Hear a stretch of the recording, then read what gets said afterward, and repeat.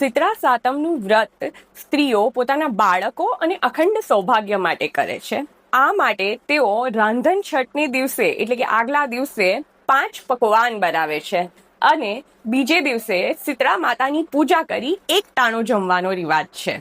ત્યારે આ સ્ત્રીઓ એ ઠંડુ ભોજન જ જમે છે.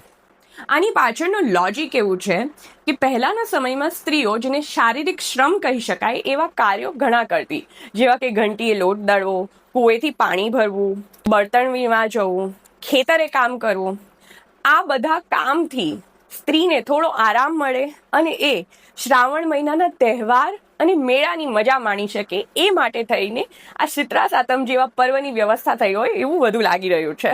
શીતળા સાતમ પાછળની કથા પણ ઘણી રોચક છે. પૂર્વે હસ્તિનાપુર રાજ્યમાં ઇન્દ્રદૂમ નામનો રાજા રાજ કરતો હતો અને તેની પત્નીનું નામ હતું ધર્માવતી. આ રાજા રાણીની એક પુત્રી હતી જેનું નામ હતું શુભકારી. આ શુભકારી ઉંમર લાયક થતા તેના લગ્ન ગુણવાન નામના રાજા સાથે થયા. એક વખત શુભકારી પોતાના પિયરથી સાસરે જવાની હતી અને બીજે દિવસે શીતળા સાતમનું વ્રત હતું. તો તેની માએ તેને પૂજન સામગ્રી અને પુરોહિત અને તેની સ્ત્રી સહિત શુભકારીને વળાવતા કહ્યું કે દીકરા, કાલે શીતળા સાતમનું વ્રત છે. તું રસ્તામાં ક્યાંક તળાવ શોધીને ત્યાં શીતળા માતાની મૂર્તિ બનાવીને ત્યાં પૂજન અર્ચન કરજે. મા તને સદાય સુખી રાખશે. અને તેઓ પોતાના પિયરથી સાસરે જવા સૌ કાફલા સાથે નીકળી. પરંતુ વનમાં આ શુભકારી, તેનો પતિ અને પુરોહિત અને તેની પત્ની રસ્તો ભૂલી ગયા.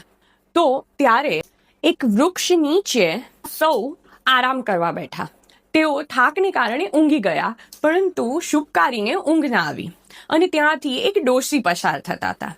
આ ડોશીએ શુભકારીને જોઈ અને તેને પૂછ્યું કે દીકરી, આ નિર્જન વનમાં તું વટે માર્ગો સાથે એકલી શું કરી રહી છે?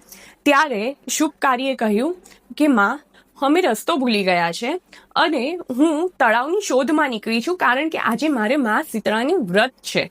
પેલી ડોશીએ કહ્યું કે ચાલ, હું તને રસ્તો બતાવું.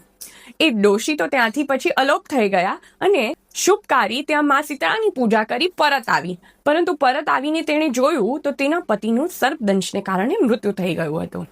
ત્યારે આ શુભકારીએ વિલાપ કરતા માને પ્રાર્થના કરતા કહ્યું કે જો મા શીતળા, મેં તમારી પૂરા દિલથી પૂજા કરી હોય તો મારા પતિને જીવિત કરો. તેનું આટલું બોલતા પેલા ડોશી ફરી પ્રગટ થયા. ત્યારે શુભકારીને ભાન થયું કે એ ડોશી એ કોઈ બીજું નહોતું પરંતુ માતા શીતળા સાક્ષાત હતા અને તેમણે ફરીથી ગુણવાનને જીવિત કર્યો. અને આ કથા કર્ણોપકર્ણ હસ્તિનાપુરમાં ફેલાઈ ગઈ અને લોકોમાં મા શીતળાની આસ્થા વધતી રહી.